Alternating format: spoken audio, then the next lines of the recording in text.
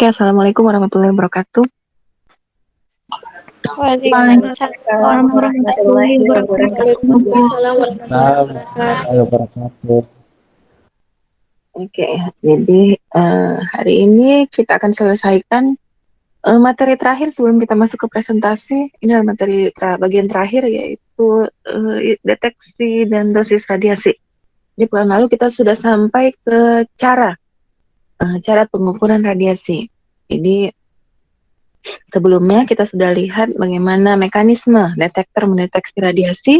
Kemudian setelah itu kita juga melihat cara detektor mendeteksi atau mengukur radiasi. Jadi ada dua cara, yaitu cara pulsa dan cara arus. Jadi cara arus nanti dia menghasilkan intensitas karena radiasi yang masuk tidak dikonversi satu persatu menjadi pulsa listrik. Jadi radiasi yang masuk diakumulasikan, kemudian dalam selang waktu tertentu, kemudian dirata-ratakan. Jadi nanti dengan menggunakan cara arus, keluarannya adalah intensitas radiasi yang merupakan perkalian antara tinggi pulsa dengan jumlah pulsa. Jadi nanti outputnya, jadi alat-alat yang menggunakan detektor yang bekerja dengan cara pulsa itu outputnya adalah angka-angka.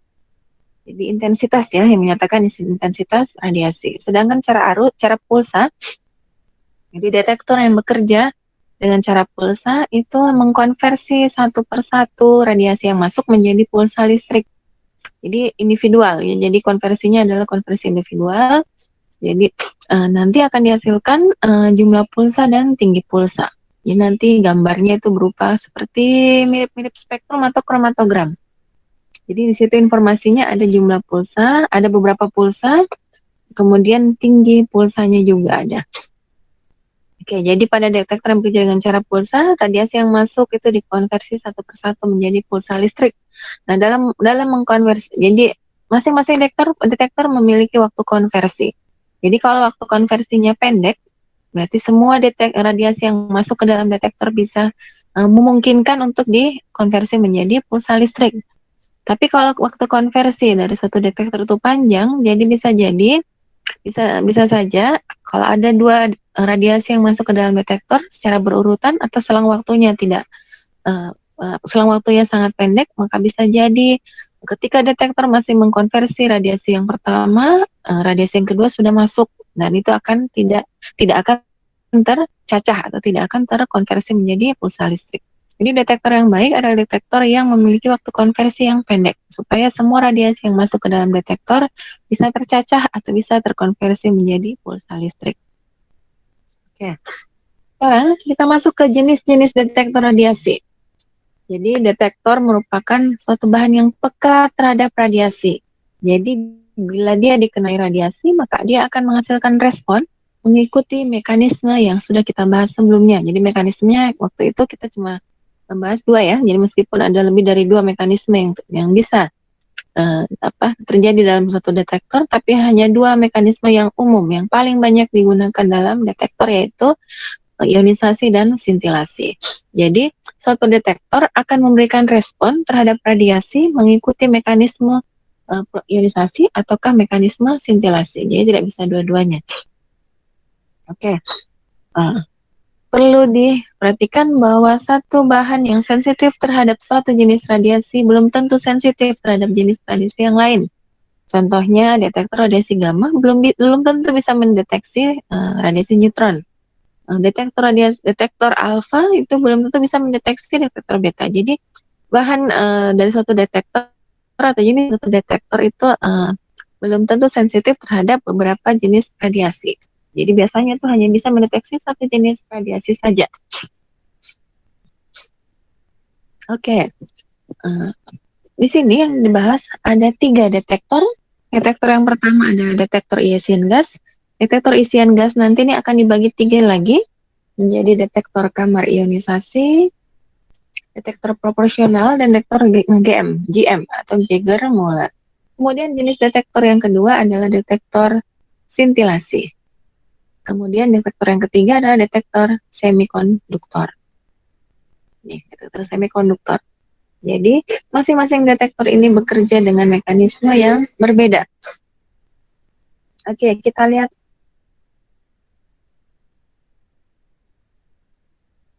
Detektor ya.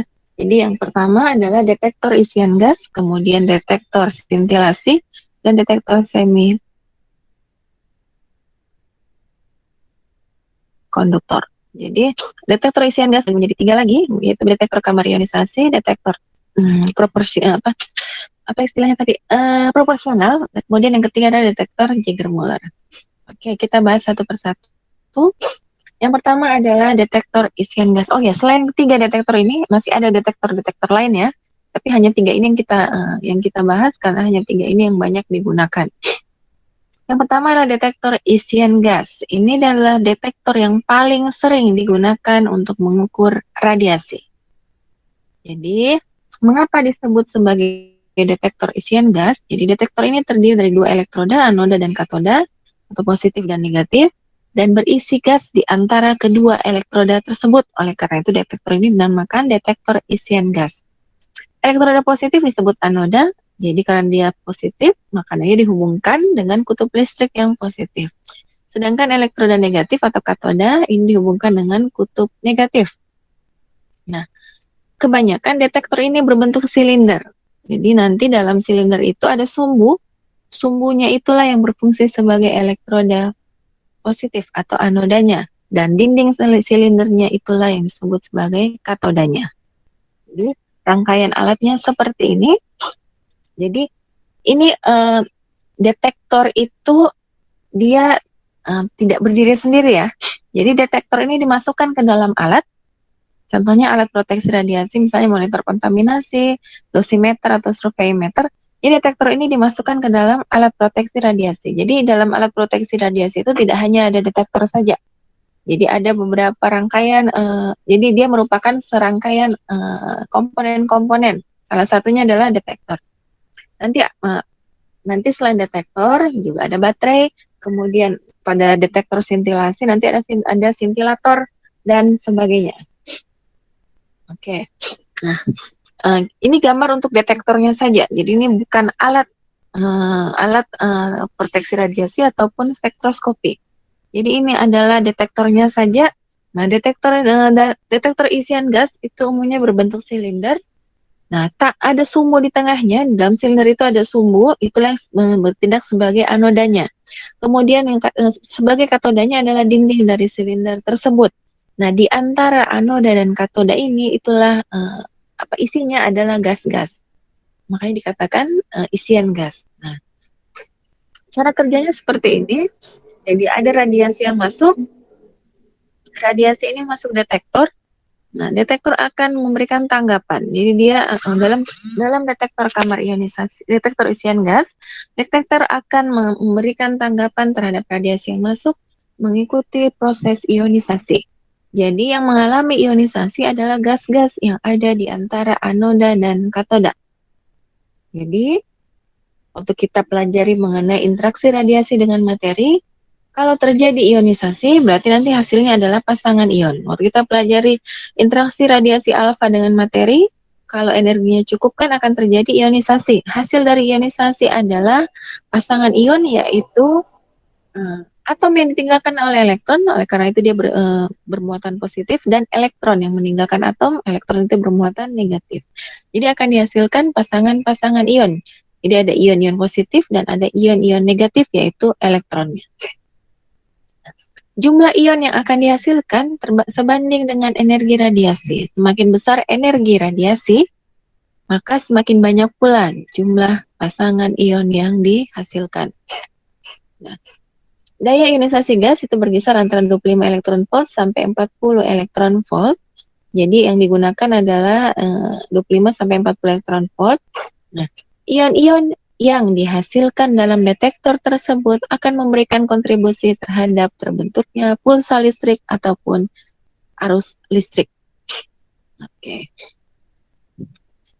Kita lanjut ya. Nah, ion-ion yang dihasilkan dalam proses ionisasi primer, waktu itu kita pelajari ada ionisasi primer, ada sekunder ya. Nah, ion-ion yang dihasilkan pada proses ionisasi yang pertama akan bergerak menuju elektroda yang sesuai. Karena kan yang dihasilkan pasangan ion berarti ada ion positif, ada ion negatif. Ion positif tentu akan menuju elektroda yang negatif, sedangkan ion negatif akan menuju elektroda positif. Atau ion positif akan menuju katoda, sedangkan ion negatif akan menuju anoda. Oke. Nah, pergerakan ion-ion, waktu kita pelajari kimia fisik 2 ya, waktu itu saya pernah ajarkan mekanisme hantaran listrik. Jadi arus listrik sebenarnya itu adalah aliran ion-ion. Bukan aliran partikel-partikel bermuatan. Jadi partikel bermuatan ini bisa ion-ion ataupun elektron. Jadi kalau terjadi aliran ion-ion, maka akan ditimbulkan arus listrik atau pulsa listrik. Oke. Nah, pergerakan ion ini bisa terjadi di antara kedua elektroda kalau terdapat cukup medan listrik di antara kedua elektroda. Jadi kalau tidak ada medan listrik atau medan listriknya kecil, maka tidak terjadi aliran ion-ion ini. Nah, bila medan listriknya besar, maka energi kinetik ion-ion pasti juga akan semakin besar, sehingga akan terjadi ionisasi berikutnya.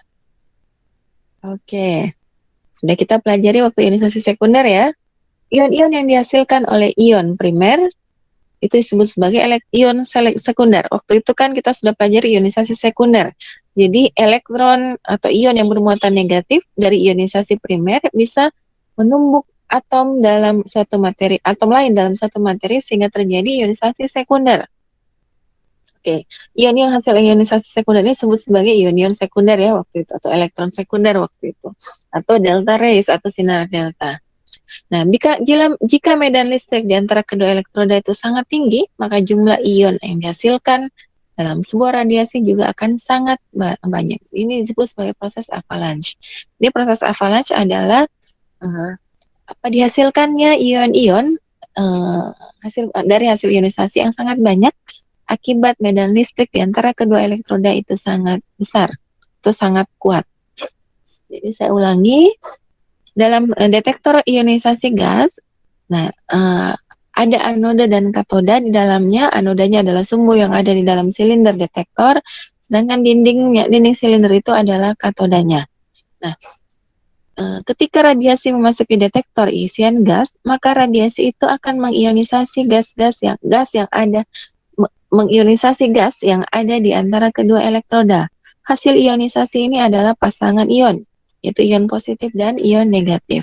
Apabila di antara kedua elektroda dihubungkan dengan medan listrik, maka akan terjadi aliran ion-ion. Ion yang positif akan menuju elektroda negatif atau katoda, sedangkan ion negatif akan menuju anoda. Nah, pergerakan ion-ion inilah yang akan menimbulkan arus listrik atau pulsa listrik. Oke. Kalau antara kedua elektroda itu medan listriknya tinggi, maka energi kinetik ion-ion tadi, yang pasangan-pasangan ion itu, akan semakin besar sehingga dia bisa mengadakan ionisasi berikutnya.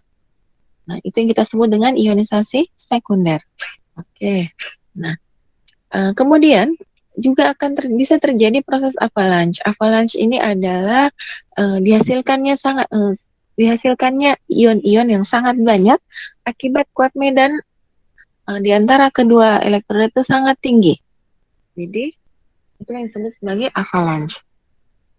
Oke. Saya lanjut ya. Nah, jadi tadi detektor isian gas itu bekerja dengan mekanisme ionisasi. Jadi mekanisme ionisasi. Jadi radiasi akan mengionisasi gas dan akan menghasilkan pasangan ion. Kemudian ion-ion ini akan mengalir jika antara kedua elektroda diberi medan listrik. Nah, aliran elektron inilah yang menginduksi arus listrik ataupun pulsa listrik. Oke. Saya lanjut ya. Ada 3 jenis detektor isian gas yang bekerja pada daerah yang berbeda.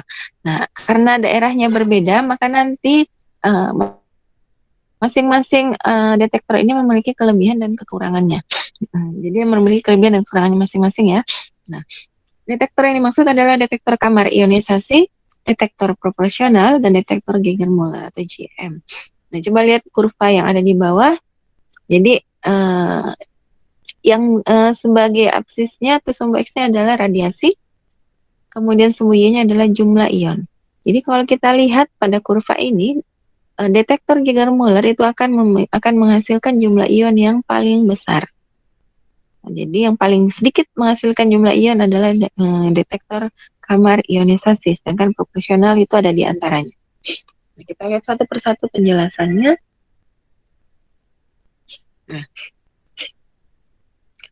Nah, sebagaimana untuk yang pertama ya, detektor kamar ionisasi atau ionization chamber, sebagaimana yang terlihat pada kurva tadi, jumlah ion yang dihasilkan pada daerah ionisasi ini relatif sedikit, sehingga tinggi pulsanya, kalau detektor itu menerapkan cara pulsa, maka pulsa yang dihasilkan itu sangat rendah. Jadi, kalau dihasilkan karena dihasilkan jumlah ion yang sedikit pada daerah kamar ionisasi, maka nanti pulsa yang dihasilkan juga itu tidak tinggi. Nah, oleh karena itu, pengukuran yang menggunakan detektor ionisasi biasanya menggunakan cara arus, bukan cara pulsa. Mengapa tidak cara pulsa saja? Nah, kalau tetap ngotot mau menggunakan cara pulsa, maka harus jadi nanti dalam rangkaian alatnya harus jadi akan memerlukan penguat pulsa dalam rangkaian alatnya nanti. Jadi saya ulangi, untuk detektor kamar ionisasi, karena jumlah pasangan ion yang dihasilkannya itu sedikit, maka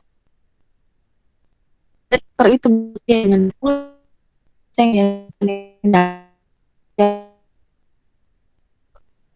Oleh karena itu, kebanyakan detektor jadi kebanyakan alat yang menggunakan detektor kamar ionisasi itu menggunakan cara arus. Nah, tapi kalau tetap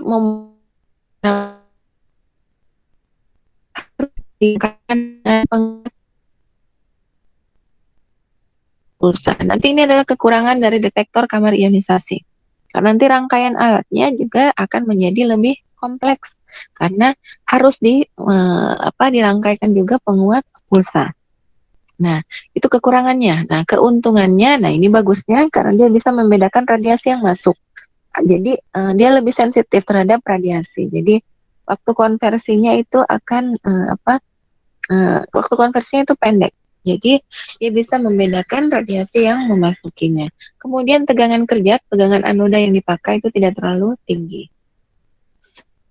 Nah, kemudian detektor proporsional. Nah, dibandingkan dengan detektor kamar ionisasi, jumlah ion dihasilkan di dalam daerah proporsional ini lebih banyak, sehingga pulsanya juga lebih tinggi dibandingkan pulsa yang dihasilkan oleh detektor kamar ionisasi. Nah, karena pulsanya itu lebih tinggi, maka detektor ini lebih sering digunakan untuk pengukuran dengan cara pulsa. Jadi kalau tadi detektor kamar ionisasi itu cenderung biasanya umumnya dia tuh menggunakan cara arus, karena kalau dengan cara pulsanya itu rendah. Maka outputnya juga bisa saja tidak terbaca. Jadi radiasinya tidak bisa terbaca karena pulsanya itu rendah. Tapi untuk detektor proporsional, karena pulsa yang dihasilkan itu tinggi, maka detektor ini bekerja dengan cara pulsa. Oke. Nah, sama seperti detektor kamar ionisasi, detektor proporsional juga bisa membedakan energi radiasi yang masuk. Nah, tapi kelemahan dari detektor ini, jumlah ion atau tinggi pulsa yang dihasilkan sangat dipengaruhi oleh tegangan kerja. Jadi kalau tegangan kerjanya itu tidak cukup, maka yaitu tadi jumlah ion atau tinggi pulsa yang dihasilkan itu rendah. Kemudian kekurangan yang kedua, tegangan yang digunakan pada detektor ini harus sangat stabil. Jadi kalau tidak stabil, maka ini akan mempengaruhi jumlah ion atau tinggi pulsa yang dihasilkan. Oke. Jadi kita sudah bisa bandingkan ya detektor kamar ionisasi dengan proporsional.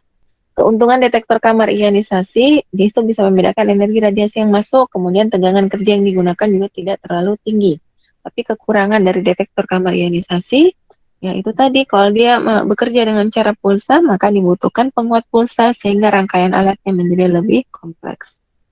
Nah, untuk detektor proporsional, karena tinggi pulsa yang dihasilkan itu lebih tinggi dibandingkan detektor kamar ionisasi, maka umumnya detektor proporsional menggunakan cara pulsa.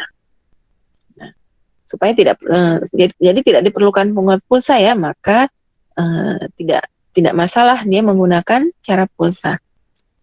Oke. Kemudian tapi kekurangannya yaitu tadi jumlah ion dan tinggi pulsa itu yang dihasilkan sangat bergantung pada tegangan anoda dan daya tegangan. Jadi tegangan kerjanya itu jadi ada sekian volt ya. Jadi ada minimal tegangan yang diperlukan agar detektor ini bisa menghasilkan jumlah ion dan pulsa yang tinggi. Kemudian daya tegangan juga harus stabil.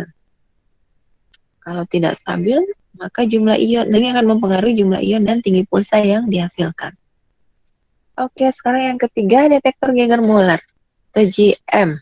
Nah, kalau kita lihat dari kurva karakteristik yang ada sebelumnya ini, pada daerah Geiger-Müller, jadi detektor Geiger-Müller ini menghasilkan jumlah ion yang sangat banyak, mencapai nilai jenuhnya atau saturasinya. Oleh karena itu, karena pulsa yang dihasilkan itu relatif tinggi, maka seperti detektor proporsional, detektor ini tidak membutuhkan penguat pulsa. Jadi detektor ini bekerja dengan cara pulsa ya, karena pulsa yang dihasilkan itu sudah cukup tinggi. Oke, kerugiannya, nah ini dia tidak bisa membedakan energi radiasi yang memasukinya. Karena berapapun energi radiasi yang masuk, jumlah ion yang dihasilkan itu sama dengan nilai saturasinya. Jadi energi radiasi yang masuk itu tidak mempengaruhi jumlah ion yang dihasilkannya. Mau energinya sangat tinggi, kalau jumlah ion yang dihasilkannya sudah mencapai saturasinya, ya tidak mungkin akan dihasilkan lebih banyak ion lagi. Jadi dia tidak berbanding lurus dengan energi yang memasuki detektor itu. Kan biasanya kalau energi pada detektor-detektor yang lain, energi radiasi itu berbanding lurus dengan jumlah ion yang dihasilkan. Semakin tinggi energi radiasi, maka semakin banyak jumlah ion yang dihasilkan, maka semakin tinggi pulsanya ya. Tapi pada detektor Geiger-Müller, jadi semakin besar energi radiasi yang masuk, itu nanti tidak mempengaruhi, bukan tidak mempengaruhi ya, juga akan semakin banyak, tapi kalau sudah mencapai saturasinya, maka tidak akan bertambah lagi jumlah ion yang dihasilkan. Jadi meskipun energi radiasi besar, kalau sudah mencapai saturasinya, maka jumlah ion yang dihasilkan juga tetap akan sama. Jadi mencapai saturasinya. Oke. Sorry.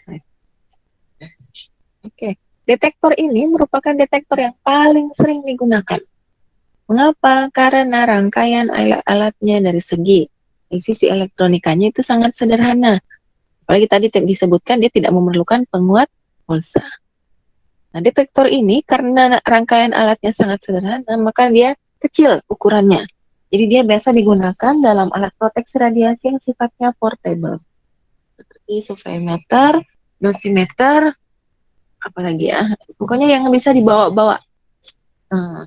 Jadi karena ukurannya sangat kecil. Kenapa kecil? Karena rangkaian alatnya sangat sederhana. Dia tidak butuh penguat pulsa.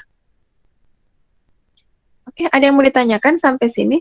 Mengenai detektor isian gas. Jadi saya sudah jelaskan tadi, saya sudah beri penjelasan. Detektor isian gas itu ada 3, detektor kamar ionisasi, detektor proporsional, dan detektor Geiger-Müller, atau detektor GM. Dari ketiga detektor ini yang paling banyak digunakan adalah detektor Geiger-Müller, karena ukurannya kecil sehingga dia bersifat portable atau bisa dibawa kemana-mana. Ukurannya paling kecil karena rangkaian alatnya itu sangat sederhana, dia tidak butuh rangkaian penguat pulsa. Berbeda dengan detektor detektor kamar ionisasi ya. Detektor kamar ionisasi kalau dia bekerja dengan cara pulsa, maka akan dibutuhkan rangkaian penguat pulsa. Sehingga dari segi elektronika, rangkaian dari detektor isian gas itu sangat rumit atau sangat kompleks, sehingga ukurannya menjadi lebih besar. Ada yang mau ditanyakan sampai sini sebelum saya masuk ke detektor sintilasi? Jadi detektor ionisasi gas itu bekerja dengan mekanisme ionisasi ya.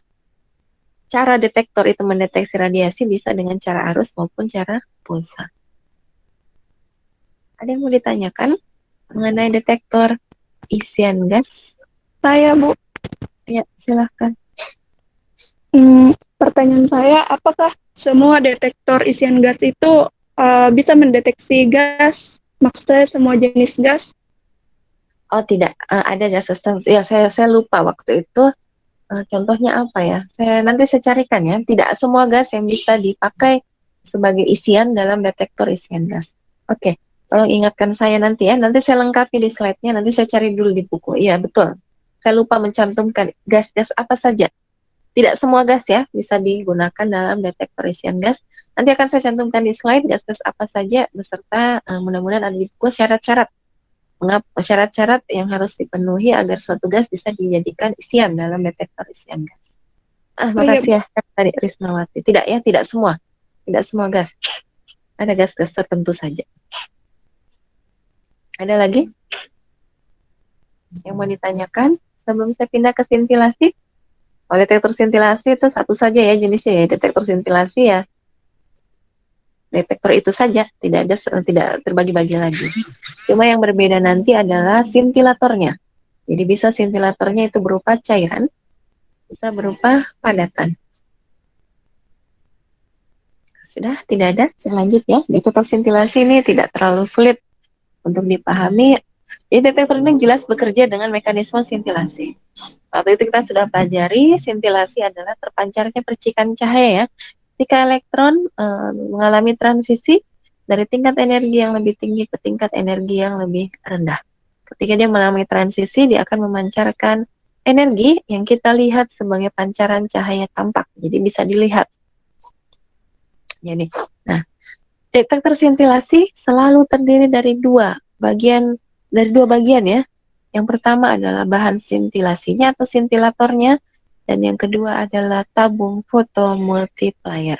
Ya, dua komponen utama yang ada di dalam detektor sintilasi. Nah, sintilator umumnya adalah padat. Umumnya adalah padatan ya, tapi ada juga cair dan ada yang gas. Jadi umumnya adalah padatan. Nah, jadi karena dia bekerja dengan mekanisme sintilasi, maka ketika ada satu radiasi mengenai detektor masuk ke dalam detektor ini, maka nanti akan terjadi jadi nanti sintilator inilah yang akan memancarkan percikan cahaya. Yang percikan cahaya ini kembali diubah menjadi elektron. Elektron nanti akan menginduksikan arus listrik. Nah, inilah nanti akan dibaca oleh detektor. Jadi selalu yang masuk ke dalam detektor itu atau pembacanya itu adalah arus atau pulsa. Oke. Jadi saya kembali ke slide. Jadi bahan sintilator merupakan suatu bahan padatan, cairan atau gas yang akan menghasilkan percikan cahaya jika terkena radiasi. Nah, sedangkan bagian kedua adalah tabung fotomultiplier. Ini digunakan untuk mengubah percikan cahaya menjadi pulsa listrik. Nah, sehingga kalau mau disimpulkan, mekanisme deteksi radiasi pada detektor sintilasi dapat dibagi menjadi dua. Yang pertama adalah proses pengubahan radiasi menjadi percikan cahaya tampak. Itu terjadi di dalam bahan sintilator. Kemudian yang kedua, proses pengubahan percikan cahaya menjadi listrik di dalam tabung fotomultiplier. Menjadi pulsa ya. Pulsa nanti kan bisa nanti keluarannya sebagai pulsa, bisa juga nanti outputnya berupa arus. Jadi yang ditulis di situ hanya pulsa. Kan nanti toh kalau dia bekerja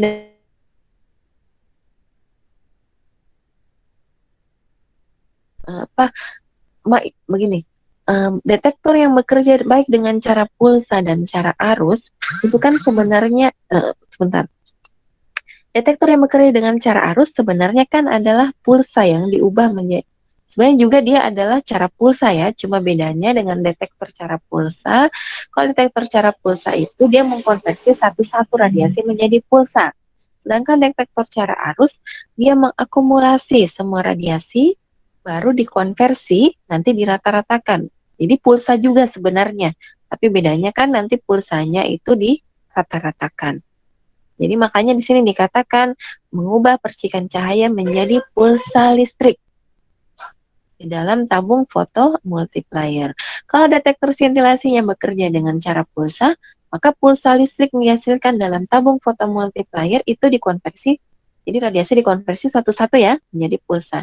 Tapi kalau detektor skintilasi ini bekerja dengan cara arus, maka pulsa listrik itu akan diakumulasi kemudian dirata-ratakan.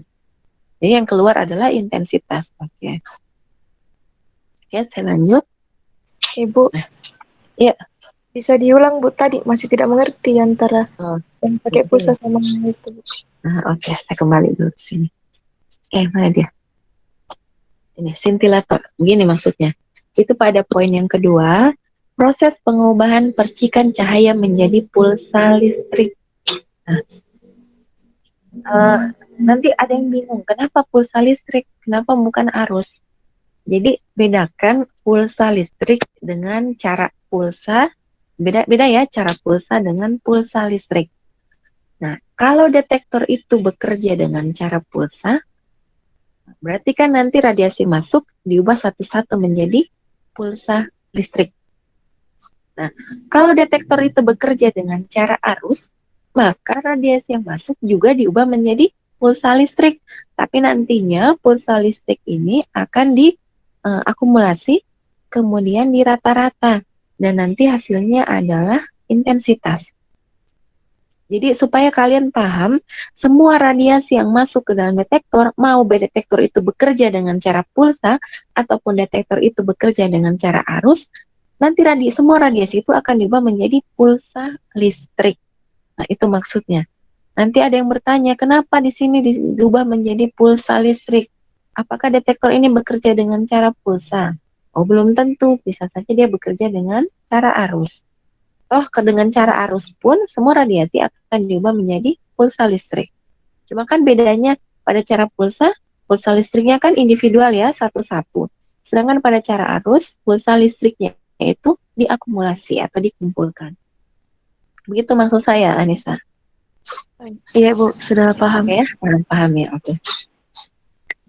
Oke, sekarang kita lihat bahan scintillatornya. Nah, bahan scintillator. Nah,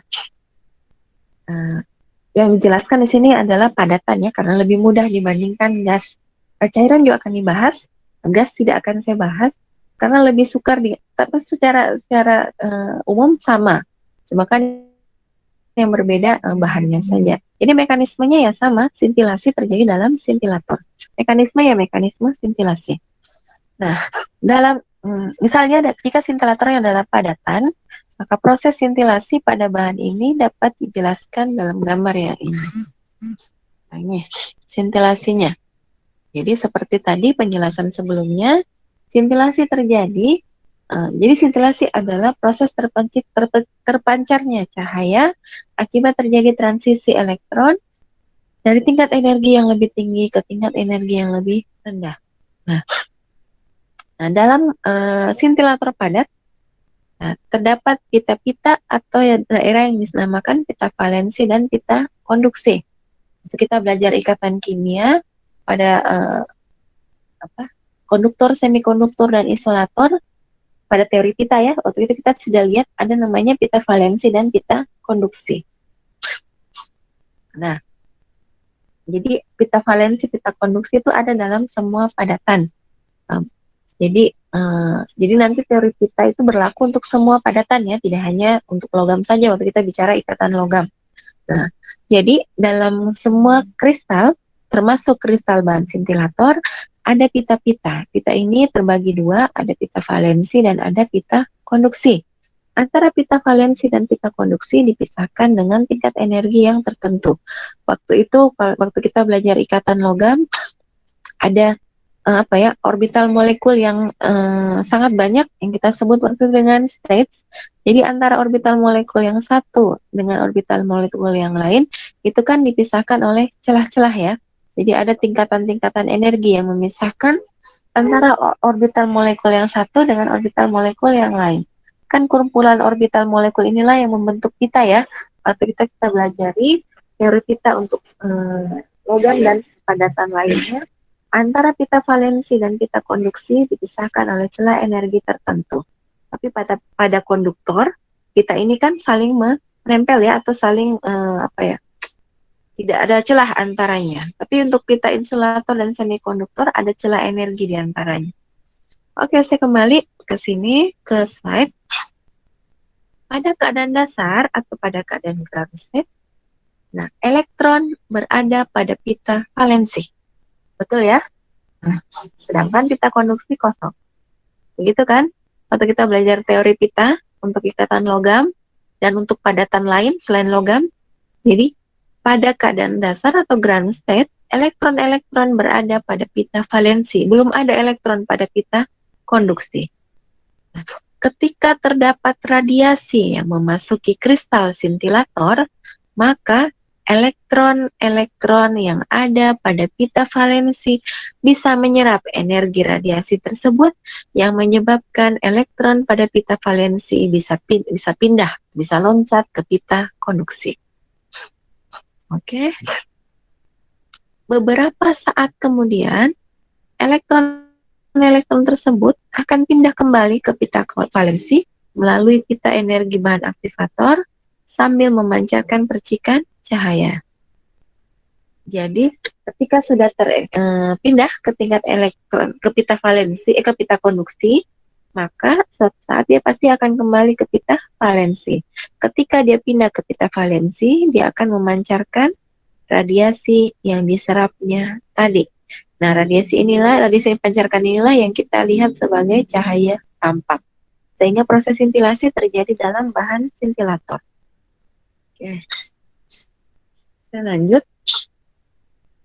Nah, jumlah percikan cahaya berbanding lurus dengan energi radiasi yang diserap oleh elektron pada pita valensi dan juga dipengaruhi oleh jenis bahan sintilatornya. Semakin besar energi radiasi yang diserap elektron pada pita valensi, maka pasti semakin besar pula energi yang dipancarkan oleh elektron tersebut ketika dia pindah kembali dari konduksi ke valensi. Nah, percikan-percikan cahaya inilah nantinya yang ditangkap oleh tabung fotomultiplier. Jadi, dalam tabung fotomultiplier, percikan cahaya ini akan diubah menjadi elektron, nanti akan digandakan jumlahnya dalam tabung fotomultiplier dengan komponen yang disebut sebagai dinode. Nantinya, karena elektronnya akan semakin banyak, tentu nanti arus jika dia dihubungkan dengan sumber medan listrik, maka nanti akan menginduksikan arus listrik. Nah, arus listrik inilah nanti yang akan dimasuk ke dalam detektor atau pembacanya. Oke.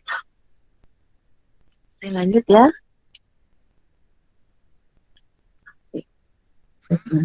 Nah, sekarang kita lihat apa yang terjadi kalau bahan sintilatornya adalah sintilator cairan. Nah, detektor yang menggunakan sintilator cairan itu memiliki beberapa keunggulan dibandingkan detektor yang menggunakan sintilator padatan. Nah, bagaimana caranya penggunaan sintilator cairan ini? Nah, sampel yang radioaktif yang akan diukur. Jadi kalau kita mau mengetahui seberapa besar intensitas radiasi yang dipancarkan oleh suatu sampel yang bersifat radioaktif, maka nanti sampel ini akan dilarutkan ke dalam sintilator cair. Sehingga nanti sintilator dengan sampel atau detektor dengan sampel itu akan menjadi satu kesatuan. Jadi dia akan menjadi larutan yang homogen. Jadi sintilatornya itu dengan sampelnya akan bercampur. Jadi sampelnya dilarutkan ke dalam sintilator, nanti dia akan membentuk larutan yang homogen. Nah, secara geometri, pengukuran ini dapat mencapai efisiensi 100%. Karena ketika sampel radioaktif tadi memancarkan radiasi di dalam sintilator cairan, maka semua radiasinya bisa ditangkap oleh detektor. Tidak kemana-mana dia, karena dia akan terperangkap dalam larutan. Jadi nanti dia bisa ditangkap seluruhnya. Kan waktu kita pelajari kuantitas radiasi pekan lalu, Waktu itu kita lihat bahwa tidak semua radiasi bisa mencapai pengukur atau detektor ya. Nah, itu kalau sintilatornya itu bukan cairan. Tapi kalau untuk cairan, karena sumber radioaktifnya itu dilarutkan ke dalam sintilator, maka nanti semua radiasi itu bisa ditangkap oleh detektor sintilasi ini. Nah, metode ini sangat diperlukan untuk mengukur sampel yang memancarkan radiasi beta yang energinya rendah. Kenapa? Karena kalau energi radiasinya rendah, maka kalau menggunakan sintilator padatan, maka bisa jadi radiasinya itu tidak bisa dibaca oleh detektor karena energinya rendah. Tapi kalau kita menggunakan sintilator cair, karena semua radiasi bisa ditangkap oleh sintilator, maka meskipun radiasi yang dipancarkan oleh sampel radioaktif itu energinya rendah, ini akan tetap dibaca oleh detektor sintilasi. Tetap akan dibaca oleh detektor. Nah, contohnya adalah sampel yang berupa tritium atau H dengan nomor massa 3 ya, hidrogen nomor massa 3, ataupun karbon dengan nomor massa 14. Ini adalah semuanya. Jadi kedua radionuklida ini adalah radionuklida yang memancarkan beta yang energinya sangat rendah. Nah, kalau nanti sampel radioaktifnya adalah karbon 14, maka kalau detektornya kita mengukur intensitas radiasi yang dipancarkan oleh karbon 14, maka sebaiknya kita menggunakan detektor sintilasi di mana sintilatornya adalah sintilator yang berupa cairan. Supaya semua radiasi beta yang dipancarkan oleh karbon 14 itu bisa ditangkap oleh detektor atau bisa terukur. Sehingga nanti bisa kita ketahui intensitas radiasi yang dipancarkan oleh karbon 14. Kalau detektornya bekerja dengan cara arus. Kalau detektornya bekerja dengan cara pulsa, maka nanti semua radiasi yang dipancarkan oleh karbon 14 itu bisa diubah menjadi pulsa listrik, kemudian nantinya akan bisa digambarkan satu persatu. Ini kita lihat bagaimana output dari detektor yang bekerja dengan cara pulsa. Nanti di belakang ya. Sampai di sini ada yang mau ditanyakan?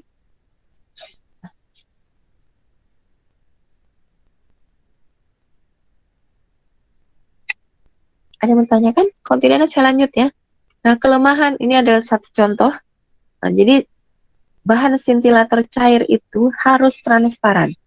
Tidak boleh dia tidak transparan. Nanti kita lihat di slide berikutnya mengapa harus transparan. Oke.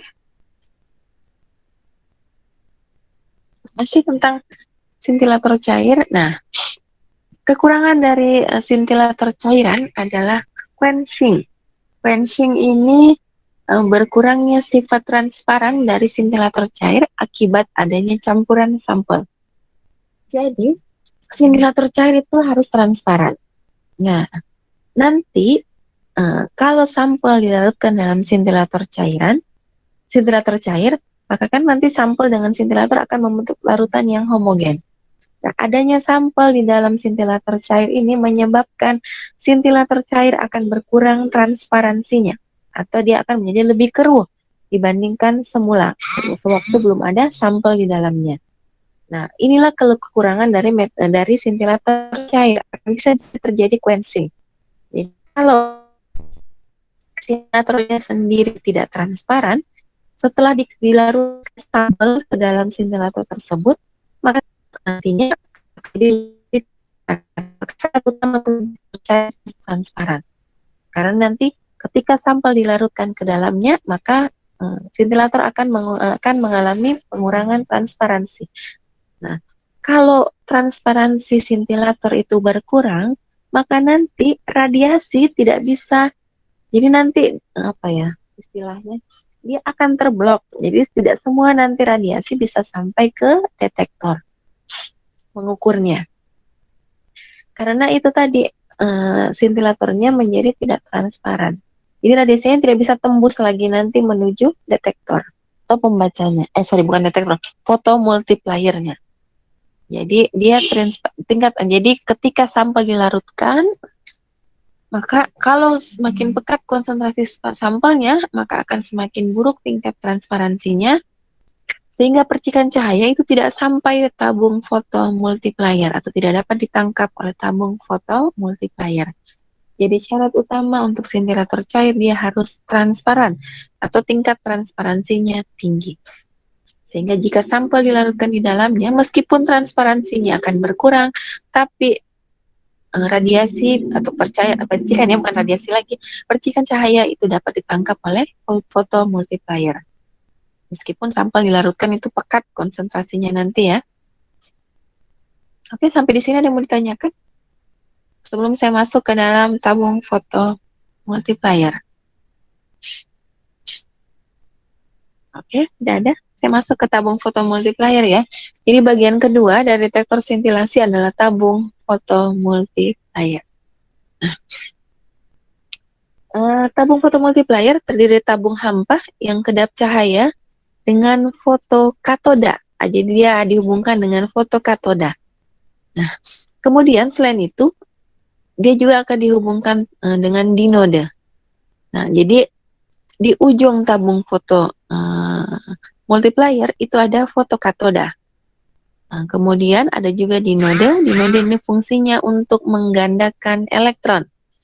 Jadi nanti percikan cahaya yang masuk ke dalam tabung fotomultiplier akan diubah menjadi elektron.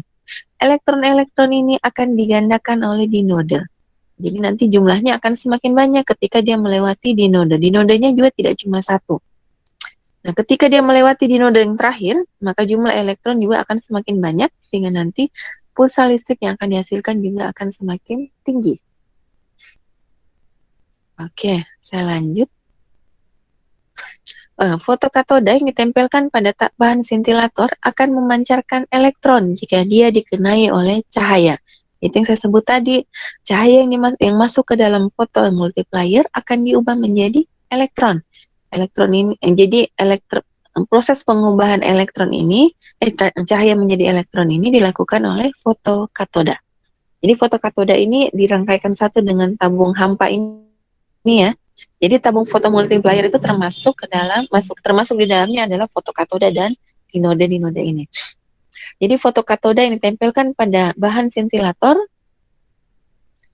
akan memancarkan elektron jika dikenai cahaya dengan panjang gelombang yang sesuai. Jadi cahaya yang dihasilkan dalam proses sintilasi oleh bahan sintilator dia akan masuk ke fotokatoda. Jadi masuk ke fotokatoda ini akan mengubah cahaya yang masuk ke dalamnya menjadi elektron. Oke, elektron-elektron ini akan mengarah ke dinode. Nah, di dalam dinode, elektron tersebut, jadi kalau dinode tersebut dikenai oleh elektron, maka dalam dinode akan dihasilkan elektron-elektron sekunder. Jadi jumlah elektron akan bertambah. Jadi istilahnya elektron akan dilipat gandakan jumlahnya di dalam dinode-dinode. Jadi ada lebih dari satu dinode ya.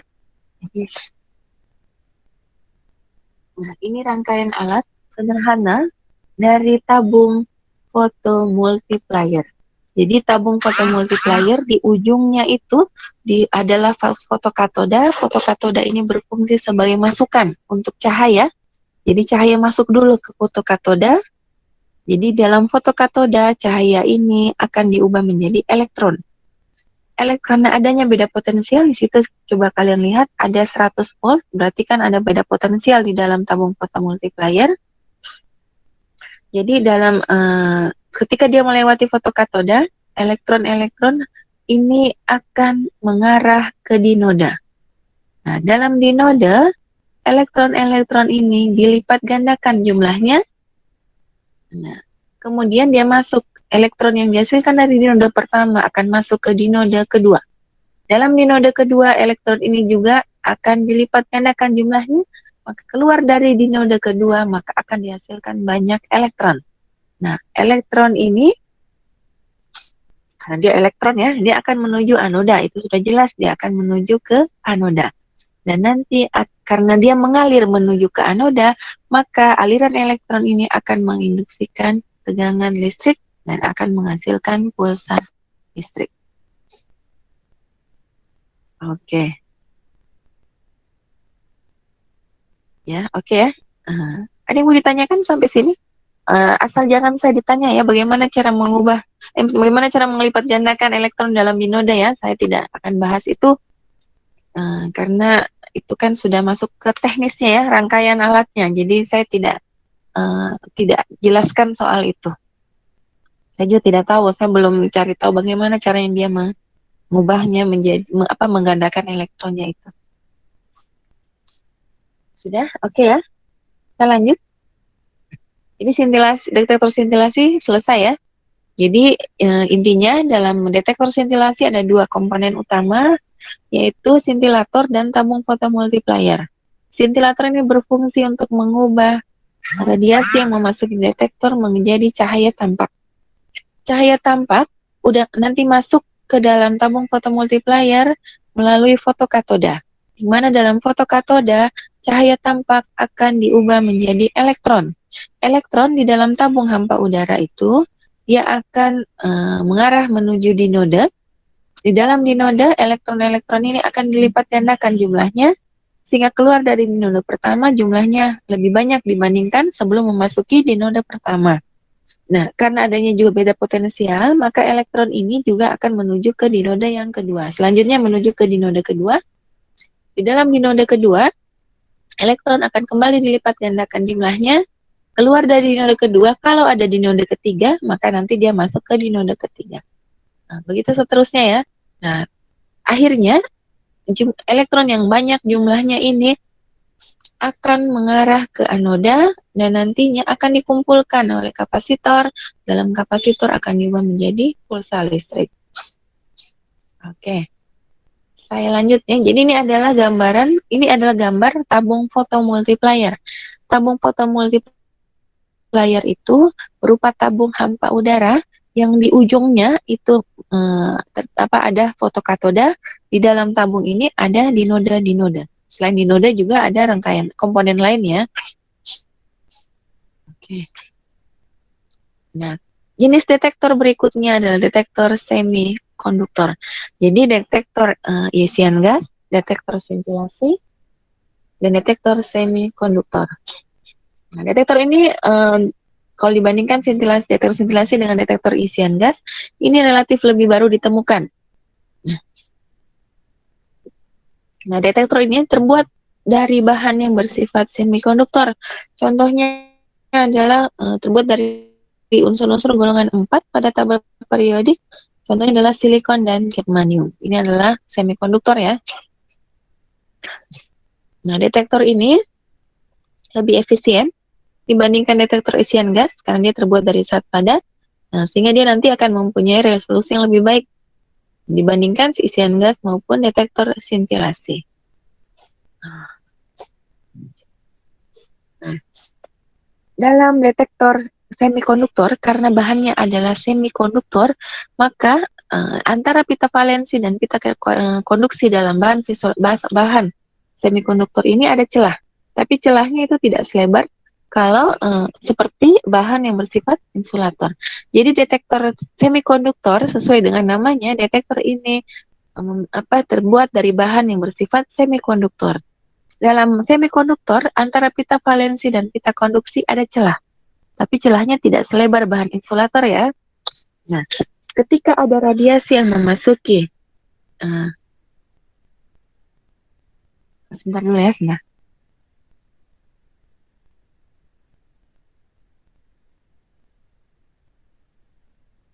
Nah, ketika ada radiasi yang masuk bahan semikonduktor, nah radiasi ini akan diserap oleh bahan semikonduktor tadi, sehingga beberapa elektronnya dapat pindah dari pita valensi ke pita konduksi. Oke. Nah, mirip dengan sintilator tadi ya. Dalam sintilator kan begitu juga ya. Nah, sekarang bila di antara kedua ujung bahan konduktor terdapat beda potensial, maka aliran elektron dari pita valensi dan pita konduksi ini disebut sebagai aliran listrik atau arus listrik. Jadi, pada detektor ini, energi radiasi diubah menjadi energi listrik. Waktu itu ini kan mirip-mirip penjelasan waktu kita belajar ikatan kimia, teori kita tentang semikonduktor. Jadi,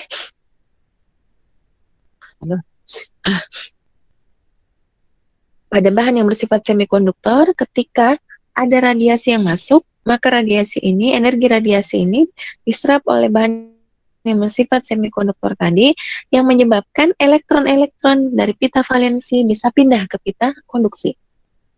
Nah, kalau bahan yang bersifat konduktor ini dihubungkan dengan beda potensial, maka elektron-elektron akan mengalir dari pita valensi ke pita konduksi. Jadi, pada detektor ini, energi radiasi diubah menjadi energi listrik. Ada yang mau ditanyakan? Jadi sudah bisa membedakan bagaimana mekanisme yang terjadi pada detektor isian gas, bagaimana mekanisme yang terjadi pada detektor sintilasi, dan ada detektor lain juga yang saya jelaskan, ini tambahan saja. Jadi dia bekerja, jadi bukan ionisasi, bukan sintilasi ya. Jadi dia relatif lebih baru ditemukan. Nah, detektor semikonduktor itu bekerja dengan mengubah radiasi menjadi energi listrik.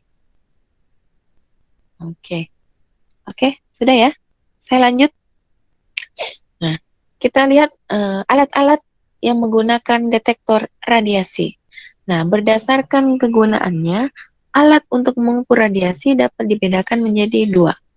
Yang pertama, alat ukur proteksi radiasi. Yang kedua adalah sistem pencacah dan spektroskopi.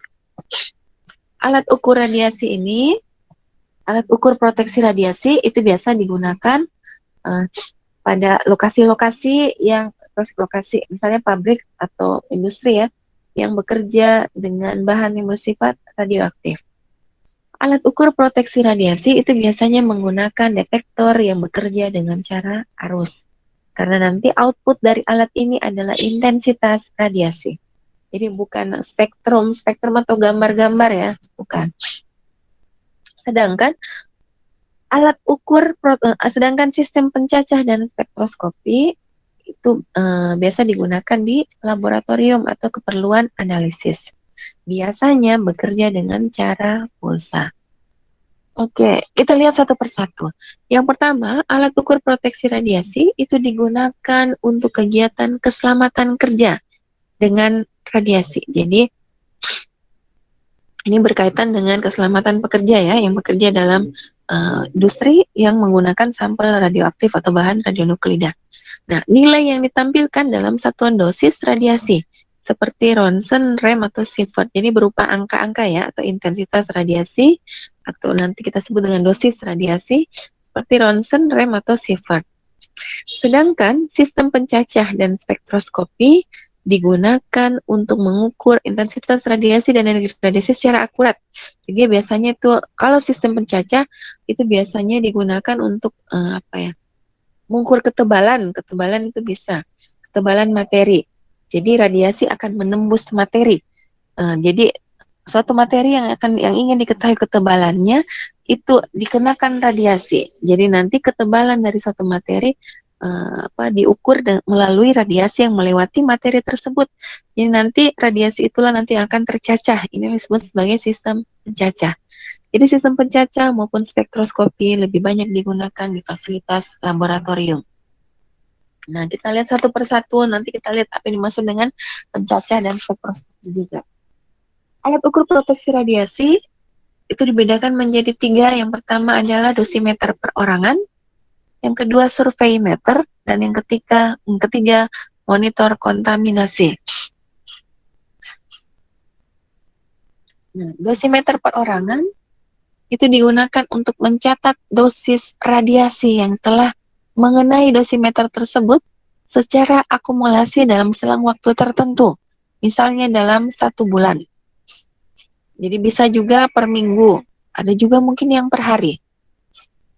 Contoh dosimeter perorangan adalah film badge, jadi ini seperti emblem atau seperti badge badge nama itu yang ditempelkan di baju. Jadi ditempelkan di baju pekerja, Bisa juga dalam bentuk TLD, nanti kita lihat apa yang dimaksud dengan TLD. Kemudian bisa juga dalam bentuk dosimeter saku. Ini yang dikantongi, biasanya dalam bentuk seperti pulpen atau seperti senter. Jadi di dalam bentuk dosimeter saku, ini bisa dikantongi. Nah, setiap pekerja radiasi atau setiap pekerja yang bekerja dalam lingkungan yang dekat atau yang menggunakan bahan yang bersifat radioaktif, itu diwajibkan menggunakan dosimeter perorangan. Kemudian alat ukur proteksi radiasi berikutnya adalah monitor kontaminasi. Ini digunakan untuk mengukur tingkat kontaminasi zat radioaktif di udara di tempat kerja, atau bisa juga yang melekat di tangan, kaki, atau badan pekerja. Jadi, tapi beda dengan dosimeter perorangan ya, beda. Peralatan ini mutlak diperlukan bagi fasilitas yang menggunakan zat radioaktif terbuka. Misalnya untuk keperluan teknik perunut atau tracing menggunakan zat radioaktif. Nanti kalian lihat aplikasi ya, dalam aplikasi radiokimia.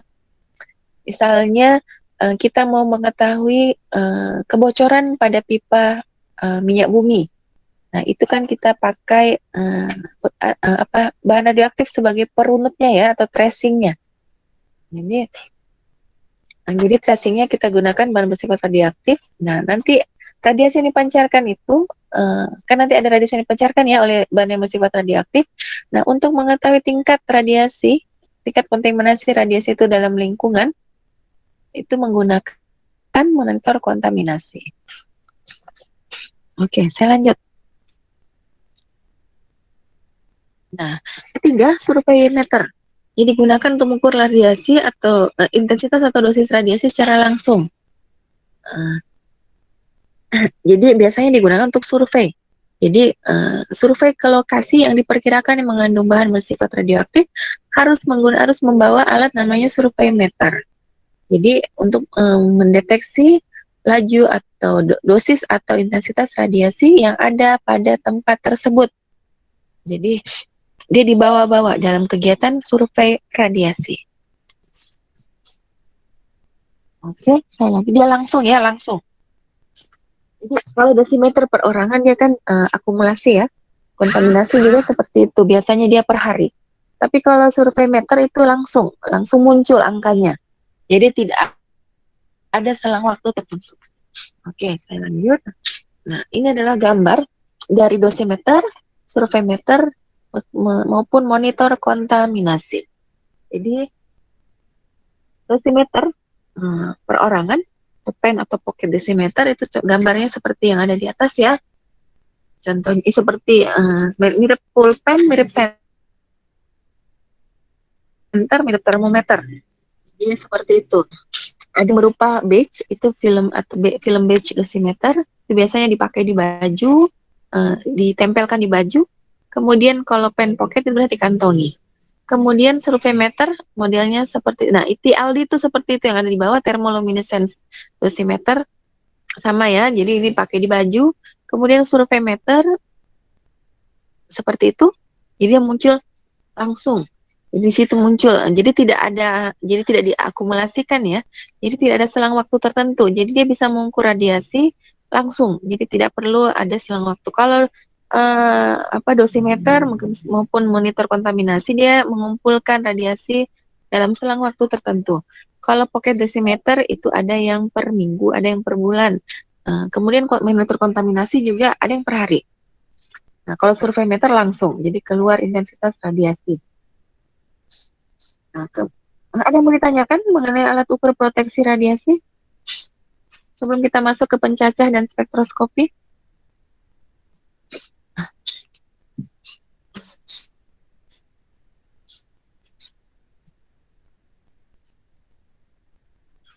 Lanjut ya, sistem pencacah dan spektroskopi.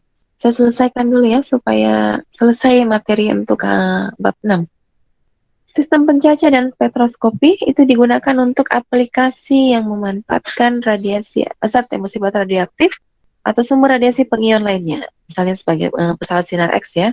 Sebagai contoh, aplikasi thickness gauging atau aplikasi untuk mengukur tebal lapisan. Bisa juga digunakan untuk level gauging untuk menentukan batas permukaan dari suatu fluida, atau bisa juga digunakan dalam XRF untuk menentukan jenis dan kadar material. Jadi sistem pencacah dan spektroskopi umumnya digunakan untuk keperluan analisis di laboratorium.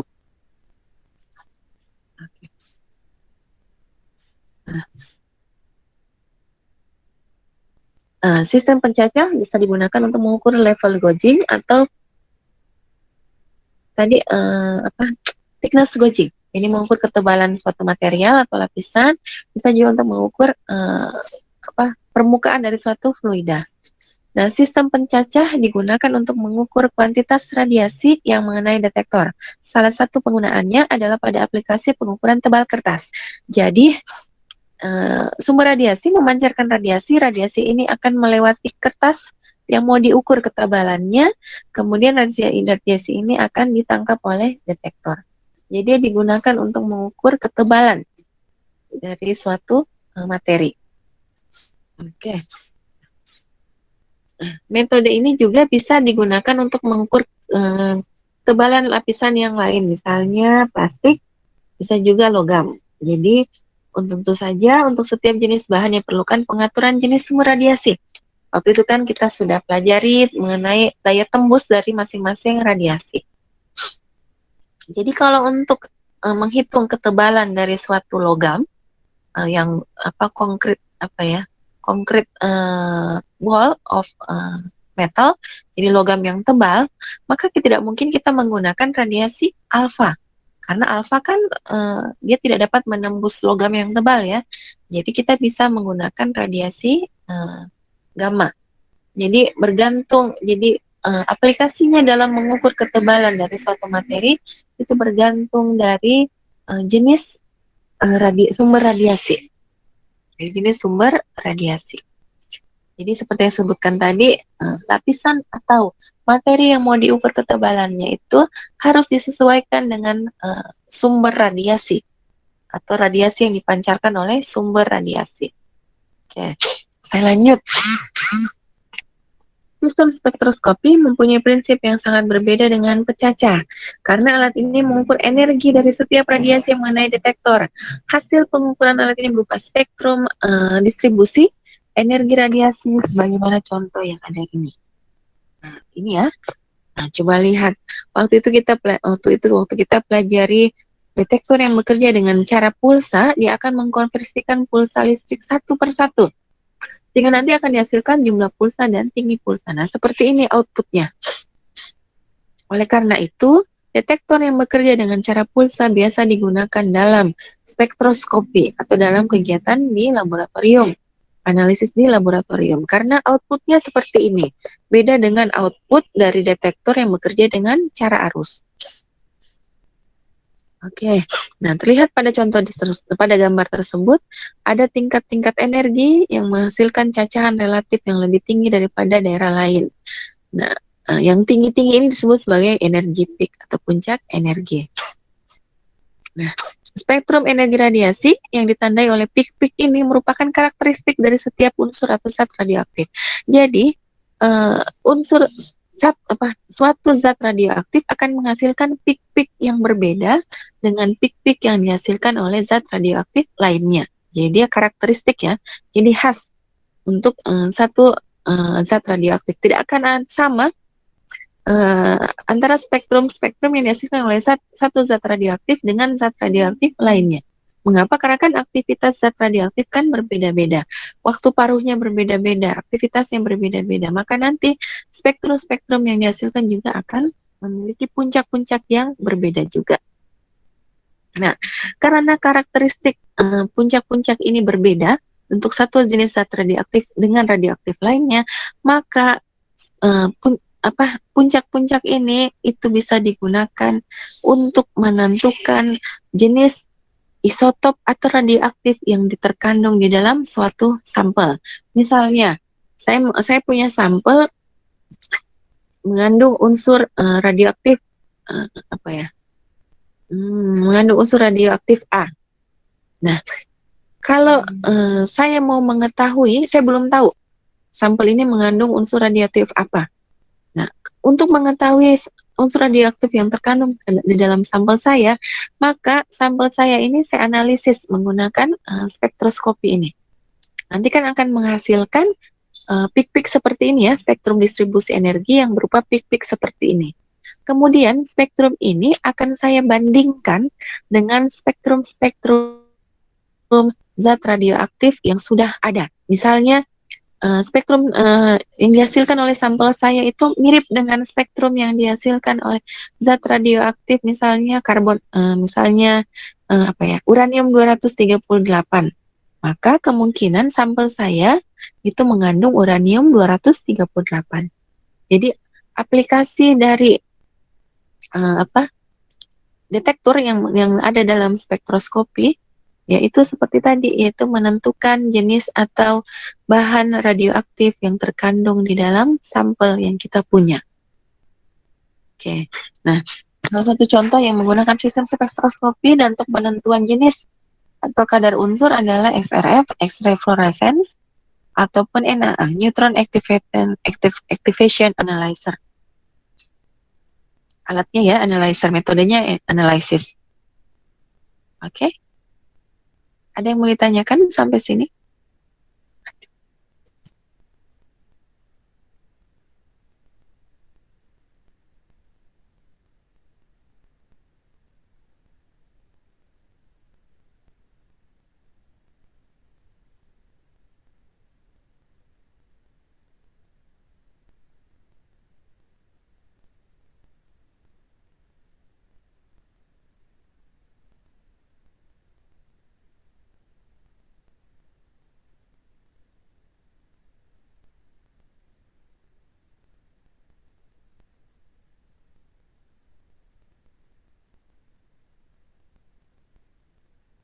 Oke, kalau tidak ada pertanyaan, saya kira cukup untuk hari ini.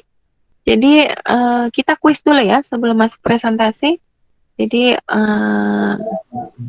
ya pekan lalu kita ambil hari lain saja ya untuk kuis, karena kan saya pernah tidak masuk satu kali. Saya pernah tidak masuk satu kali ya waktu itu. Jadi kita ambil kuisnya di hari lain saja. Jadi pekan depan hari Senin insya Allah kita sudah mulai presentasi. Oke ya. Oke, saya kira cukup untuk hari ini. Tolong kabari saya, konfirmasikan secepatnya kapan kita kuis. Kalau bisa kuisnya sebelum presentasi ya, supaya nanti presentasi tidak ada kuis ya, jadi supaya beres menurut saya. Oke, tolong kabari saya secepatnya kapan bisa kuis sebelum masuk presentasi pekan depan. Oke, presentasinya saya acak ya. Jadi kelompok yang akan maju presentasi saya akan acak. Jadi saya sudah terima semua file dari masing-masing kelompok, jadi akan saya acak. Tolong dipersiapkan PowerPoint-nya, kemudian dipersiapkan juga mengenai teknik presentasinya. Kemudian nanti setelah presentasi kita akan diskusikan. Oke, saya kira cukup. Tolong buat attending list. Daftar hadir di grup ya. Terima kasih atas perhatiannya. Assalamualaikum warahmatullahi wabarakatuh. Waalaikumsalam Waalaikumsalam. warahmatullahi Terima kasih, Bu. wabarakatuh. Kasih, Bu. Terima kasih, Bu. Oke, sama-sama. Ya.